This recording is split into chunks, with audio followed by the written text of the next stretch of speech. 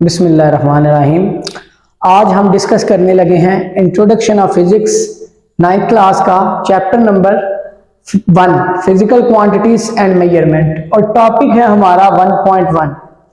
अब देखें, हमने स्टार्टिंग में भी यह बात की थी कि सबसे पहले हम इंट्रोडक्शन को लेके चलेंगे और जब हमें इंट्रोडक्शन की नहीं पता होगा कि हमको फिर पूरे चैप्टर का नहीं पता होगा कि हम क्या पढ़ रहे हैं और किस चीज को आगे लेके चल रहे हैं।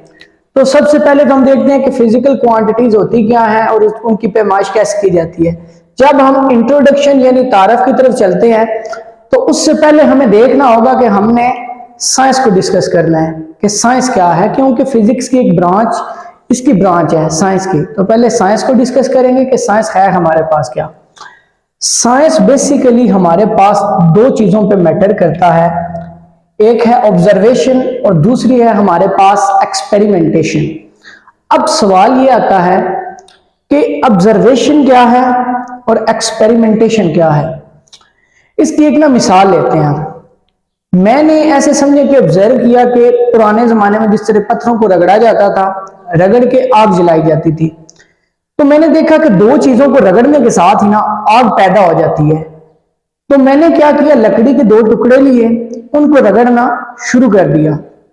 अब देखें वहां से क्या होगा। मैंने ऑब्जर्वेशन क्या की थी कि रगड़ने से आग पैदा होती है। दूसरा मैं क्या कर रहा हूं, एक्सपेरिमेंट। अगर मेरा एक्सपेरिमेंट हो जाता है कामयाब तो मेरे इल्म में इजाफा होगा, अगर नहीं कामयाब होता तो मैं ये बयान कर सकता हूं कि ये बात मैंने की हुई है या ये तजर्बा मैंने किया हुआ है, तो ये कामयाब नहीं हुआ था, मैं एक नए तजर्बे की तलाश में चल पड़ता हूं।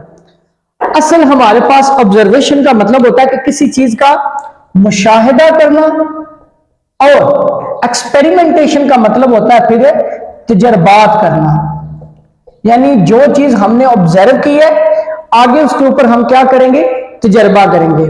और साइंस का जो असल हमारे पास मतलब होता है वो भी होता है इल्म यानी नॉलेज।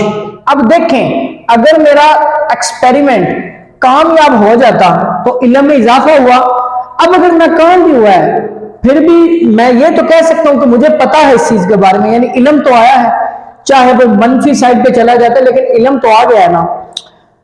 अब जब साइंस को डिस्कस कर लिया कि दो चीजों पे है, ऑब्जर्वेशन और एक्सपेरिमेंटेशन पे, इसके साथ हम डिस्कस करते हैं कि साइंस का वर्ड आया कहां से था। ये आया था हमारे पास एक लातीनी वर्ड है, लैटिन वर्ड।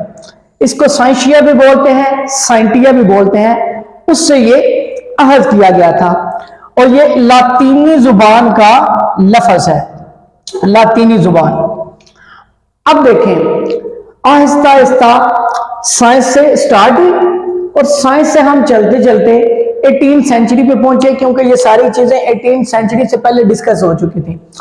18th सेंचुरी में हमारे पास सिर्फ एक सिंगल सब्जेक्ट डिस्कस किया जा रहा था जिसको नाम दिया जाता है नेचुरल फिलॉसफी।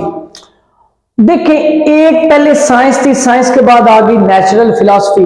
बात यहां पे नहीं रुकी। नेचुरल फिलॉसफी पे अमल करते करते उन्होंने दो चीजें और डिस्कवर की। उनकी बुनियाद थी नेचुरल फिलॉसफी और आगे जो दो चीजें बयान की गई थी ना, उसमें पहली हमारे पास आती है फिजिकल साइंस, दूसरी आती है बायोलॉजिकल साइंस। पहले देखते हैं कि फिजिकल साइंस है क्या, कहां से आई, क्यों आई। ऐसे समझें कि फिजिकल साइंस के अंदर हम नॉन लिविंग थिंग्स को डिस्कस करते हैं। नॉन लिविंग थिंग्स यानी बेजानदार अशिया, और बायोलॉजिकल थिंग्स के अंदर हम डिस्कस करते हैं लिविंग थिंग्स को यानी जानदार अशिया। और आसान कर लेते हैं थोड़ा सा, इसे आपको समझ आ जाएगी। यानी जितनी भी चीजें जो सांस नहीं लेती ना वो फिजिकल साइंस में डिस्कस होती हैं, और जो सांस लेती है ना वो बायोलॉजिकल साइंस में डिस्कस होती हैं। आपको भी पता है कि बायो रिलेटिव इसके है, सारा ये सब्जेक्ट है पूरा। अब देखिए, फिजिकल साइंस आ गई, सारी चीजें हरकत कर रही हैं, हवा हरकत कर रही है। अब हवा तो सांस नहीं लेती, मैं इंसान हूं, मैं सांस लेता हूं, तो मेरा शुमार बायोलॉजिकल साइंस में होगा, फिजिकल साइंस में नहीं। गाड़ी हरकत कर रही है, गाड़ी सांस नहीं लेती, तो वो फिजिकल साइंस में डिस्कस होगी।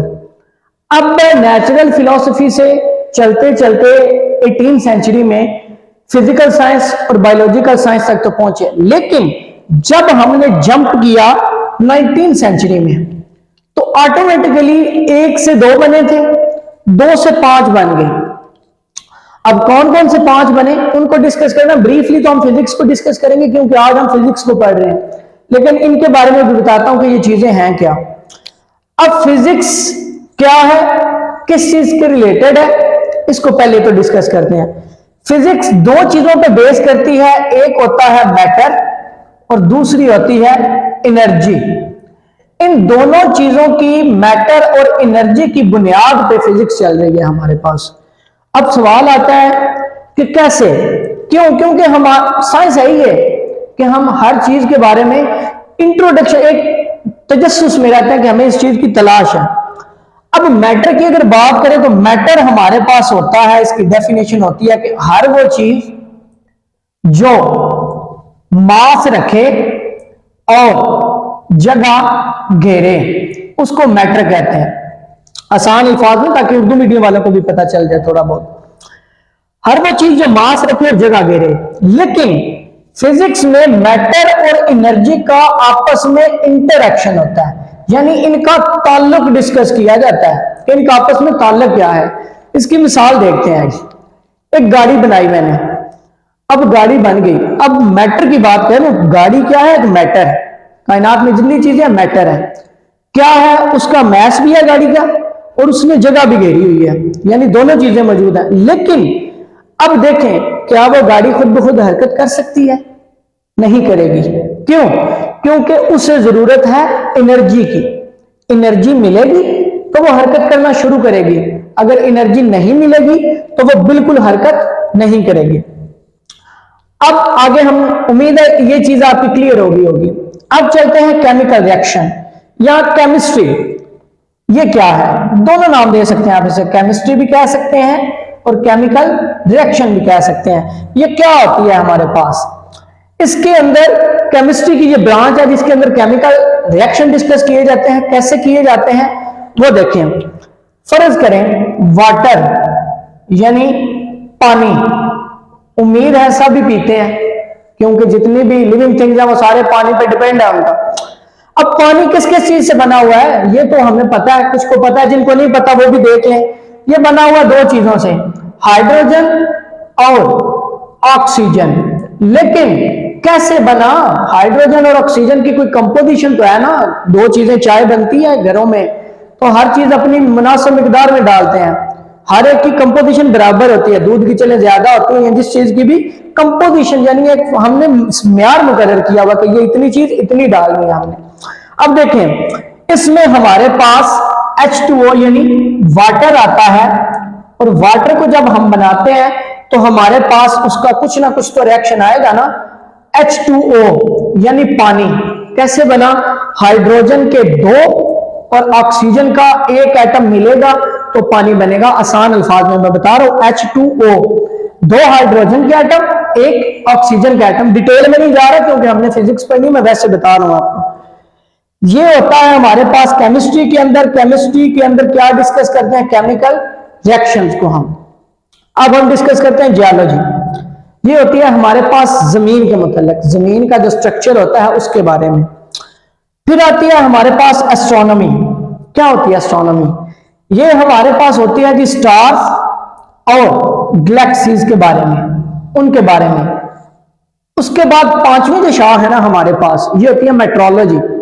इसमें हम डिस्कस करते हैं वेदर कंडीशंस को या वेदर को। अब देखें, हमें पता चल जाता है कि मौसम कब ठीक हो रहा है, कब खराब हो रहा है, यानी हवा कब आ रही है, आंधी कब आ रही है, इन सारी चीजों का हमें पता होता है। वो सारी की सारी मेट्रोलॉजी के अंदर डिस्कस की जाती है। 5 शाखें 19वीं सेंचुरी में आ चुकी हैं हमारे पास। अगर आप देखें, फिजिक्स मैटर और एनर्जी का ताल्लुक, दूसरी केमिस्ट्री है जिसमें हमने केमिकल रिएक्शंस को डिस्कस किया, तीसरी जियोलॉजी है हमारे पास जिसमें जमीन के स्ट्रक्चर के बारे में डिस्कस किया, चौथी एस्ट्रोनॉमी है जिसमें स्टार्स और गैलेक्सीज को डिस्कस किया। उसके बाद हमारे पास आई मेट्रोलॉजी जिसमें हमने वेदर कंडीशन को डिस्कस किया। हम आगे लेके चलते हैं थोड़ा फिजिक्स को, इसके बारे में मैं बता देता हूं कि आगे एप्लीकेशन यानी कहां कहां पे ये यूज हो रही है। अब देखिए, कार ये कह रही है ये लॉ ऑफ मैकेनिक्स पे चल रही है या मैकेनिक्स के असूल पे चल रही है हमारे पास। मैकेनिक्स क्या होती है? ये हरकत के मुताल्लिक एक ब्रांच होती है टाइप्स ऑफ फिजिक्स के अंदर, इंशाल्लाह डिस्कस करेंगे।